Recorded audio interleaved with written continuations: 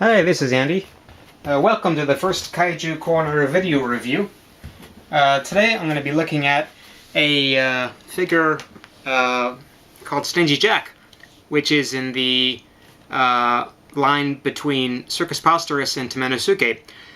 And I've looked at some Stingy Jacks before, and also some of the other figures in the line, and so I wanted to do something a little bit different. If you want to read some of the in-depth reviews I've done, side-by-sides, things like that, those are all up on Kaiju Corner. So this is the first time I'm trying a video review, and let's see how it goes. So this is the old-timey version of Stingy Jack. And first let's take a look at how the figure is packaged. So all the figures in the line come with these traditional bag and header cards. And this is the Stingy Jack header card, which has art by Brandt Peters on it. And on the back, you can see the figure is signed and numbered by Brandt. And so that's a really nice touch, I think. So this is edition of 120. And the way the figures are sold are, some are sold in Japan by Tomenosuke, and others in North America and elsewhere by Circus Posterus. And there's more information on their websites. So let's take a look at Stingy Jack here. And one of the nice features about the figure is it has a lot of parts and articulation. So it's articulated at the head and at the feet. You've got the hand articulation, and even the hat spins around, though that just spins, it doesn't do anything, doesn't come off either. And the feet can spin around about 180 degrees. However, if you want to have the figure stand, the feet have to be basically in a certain pose for it to stand solid. However, when you've got it standing like that, you can have the head turned in a lot of different directions. So that's one of the nice parts here. Also, the technical features are nice here. I like the way that on the head you've got some bold design decisions made, like the strong nose and the stalk also here.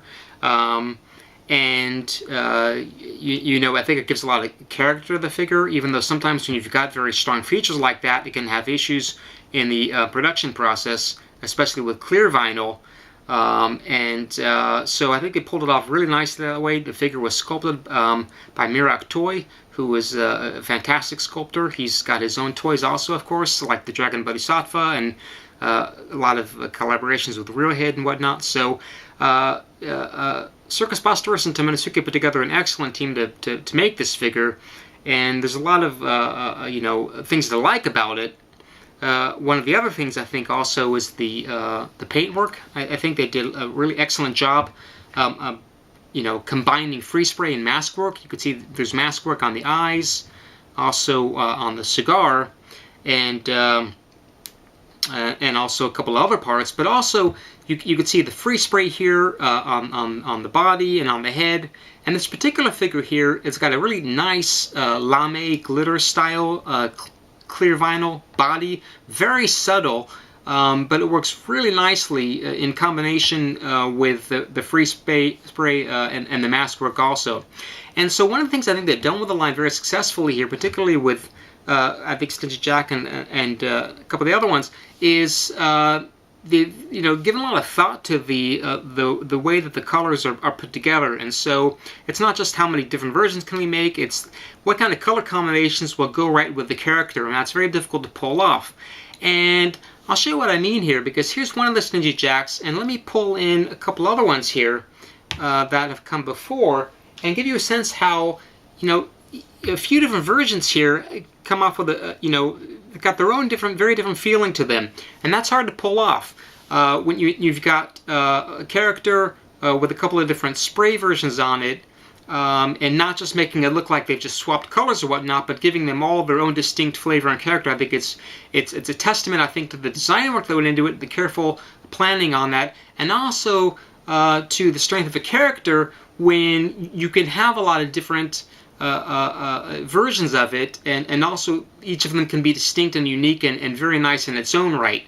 And that's easier said than done. I think when you've got some characters, some sculpts that are, for example, extremely distinct, very, very strong sculpting features and whatnot. Sometimes they can almost look like a sculpture, and it makes it very difficult, I think, to pull off a lot of variants on them.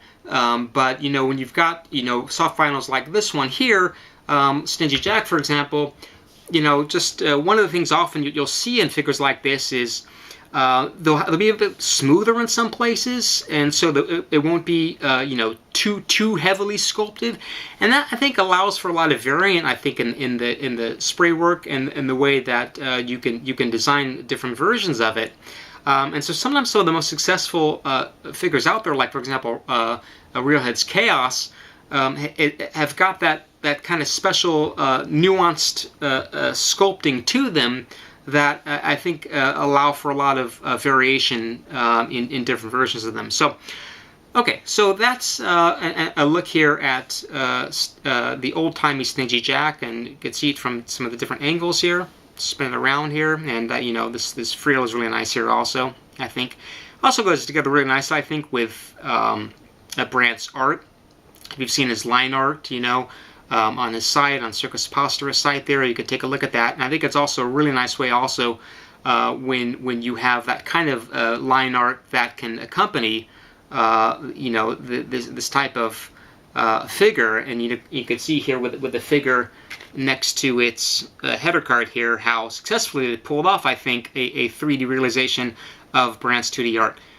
So that's a look at Stingy Jack. And hope you enjoyed this inaugural Kaiju Corner video review. Thanks for watching.